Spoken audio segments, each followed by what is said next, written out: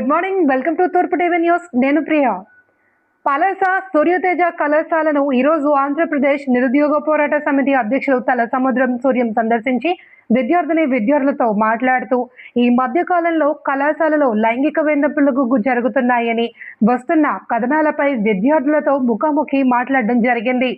ఈ సంభాషణ మా కళాశాలలో పాఠ్యాంశాలు అధ్యాపకులు సక్రమంగా బోధిస్తున్నారని, మాకు ఎలాంటి ఇబ్బంది లేదు అని మా కరెస్పాండెంట్ తానేటి పద్మాజీ కళాశాలలో నిరంతరం ఉంటూ విద్యార్థులు వారి చదువుపై నిరంతరం కృషి చేస్తూ అధ్యాపకుల చేత పాఠ్యాంశాలు బోధిస్తూ ఉదయం నుండి సాయంత్రం వరకు మాతోనే ఉంటున్న పద్మాజీ మేడం ఉంటున్నారని, మా భవిష్యత్ కోసం నిరంతరం కళాశాలలో సెమినార్లు, పేరెంట్ మీటింగ్లు పెడుతూనే ఉన్నారని, ఇంటర్ సెకండ్ ఇయర్ చదివి వెళ్ళిపోయిన విద్యార్థిని పేరుతో కళాశాలకు భ్రష్టు పట్టించడం కోసం రాసిన రాతలే తప్ప ఇందులో ఎలాంటి నిజం లేదన్నారు. కరెస్పాండెంట్ పద్మాజీ తన కళాశాలను నడిపించడానికి ఉండే అనుమతి పత్రాలను చూపిస్తూ ఆవేదన చెందారు. విద్యార్థుల శ్రేయస్సు కోసం గత 20 ఏళ్లుగా కృషి చేస్తున్నానని, నేను దృఢమైన సంకల్పంతో ఈ కళాశాలను స్థాపించానని అన్నారు. ఈ కార్యక్రమంలో విద్యార్థి యువజన నాయకులు కానీ జగ్గారావు, కళాశాల సిబ్బంది, విద్యార్థులు తదితరులు పాల్గొన్నారు. నమస్తే, నా పేరు టి సూర్యం, ఆంధ్రప్రదేశ్ నిరుద్యోగ పోరాట సమితి రాష్ట్ర అధ్యక్షులు. ఇవాళ పలాసలో ఉండే కళాశాల సూర్యతేజ కళాశాలని సందర్శించడం జరిగింది.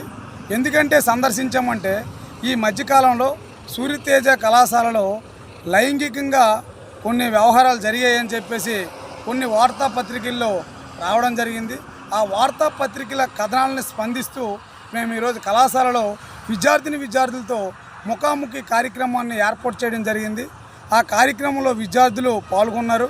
మేము కూడా వాళ్ళకి అడిగాము, అమ్మ ఈ కళాశాలలో మిమ్మల్ని ఇక్కడ అధ్యాపకులు కానీ స్టాఫ్ కానీ ఎవరైనా లైంగికంగా మిమ్మల్ని వేధిస్తున్నారని చెప్పేసి అడిగితే అటువంటివి ఏమీ లేవు, మా కాలేజీలో అధ్యాపకులు మంచిగా పాఠ్యాంశాలు బోధిస్తూ ఉన్నారు.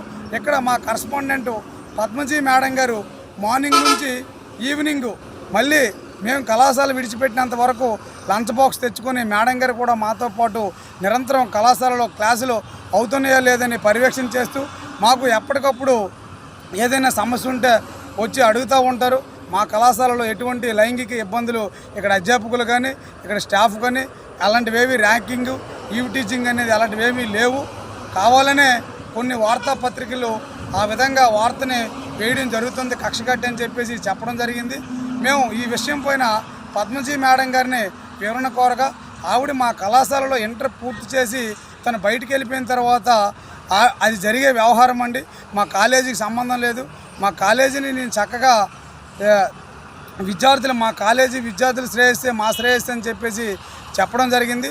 ఒకవేళ ఏమైనా అలాంటి సంఘటన జరిగితే ఆంధ్రప్రదేశ్ నిరుద్యోగ పోరాట సమితి తరఫున మేము తప్పకుండా విద్యార్థుల శ్రేయస్సు కోసం పోరాటం చేయడం అనేది జరుగుతూ ఉంటుంది. అలా లేనిపోయిన వ్యవహారాలపైన చిన్న పత్రికల్లో ఆ రకంగా వార్త రావడం అనేది చాలా బాధాకరమైన విషయం అని చెప్పేసి అక్కడ పద్మజీ మేడం గారు చెప్పడం జరిగింది.